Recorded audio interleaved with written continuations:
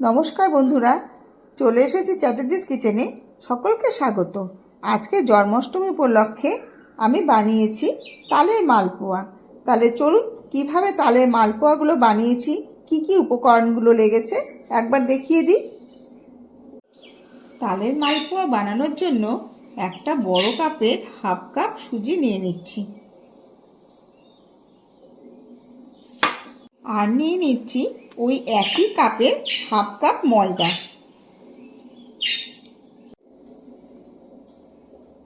যেই কাপের ময়দা সুজি নিয়েছিলাম সেই কাপেরই হাফ কাপের চেয়েও একটু কম আমুল দুধ নিয়ে নিচ্ছি। ওই কাপেরই এক কাপ তালের গোলা নিয়ে নিলাম।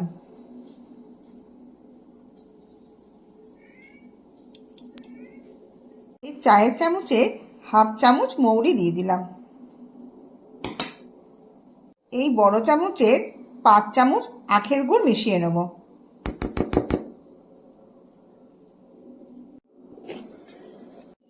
ভালোভাবে এইভাবে মেখে নেব। এইভাবে ভালো করে সব উপকরণগুলি মিশিয়ে নিচ্ছি।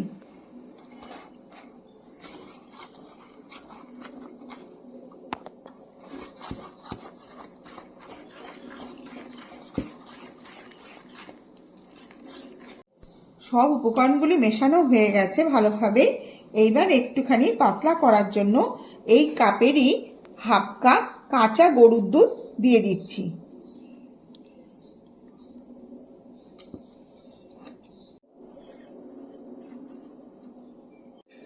আমি গরুর কাঁচা দুধ নিয়েছি। আপনারা যদি মনে করেন কাঁচা দুধ নেই, তাহলে জাল করা দুধ রয়েছে, সেটা ঠান্ডা করেও আপনারা দিতে পারেন। সাদা তেল দিয়ে দিলাম।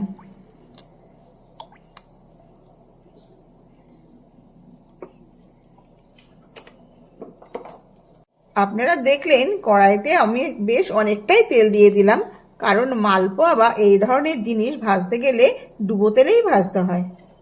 তেল গরম হয়ে গেছে। এবার আমি এরকম গোল একটা হাতার সাহায্যে তুলে ভেজে নেব।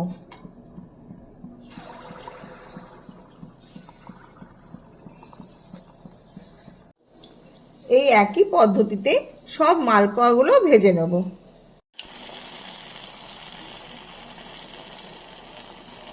একদিকে ভাজা হয়ে গেছে, অন্যদিকে উল্টিয়ে দিচ্ছি।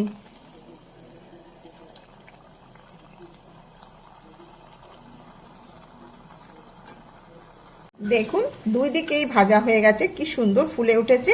এইরকম ভাবে সবকটি মালপোয়া ভেজে নিচ্ছি। তালের মালপোয়া সম্পূর্ণভাবে তৈরি। এইভাবে আপনাদের নন্দগোপালকে তালের মালপোয়া করে দিন আর আপনারাও খান।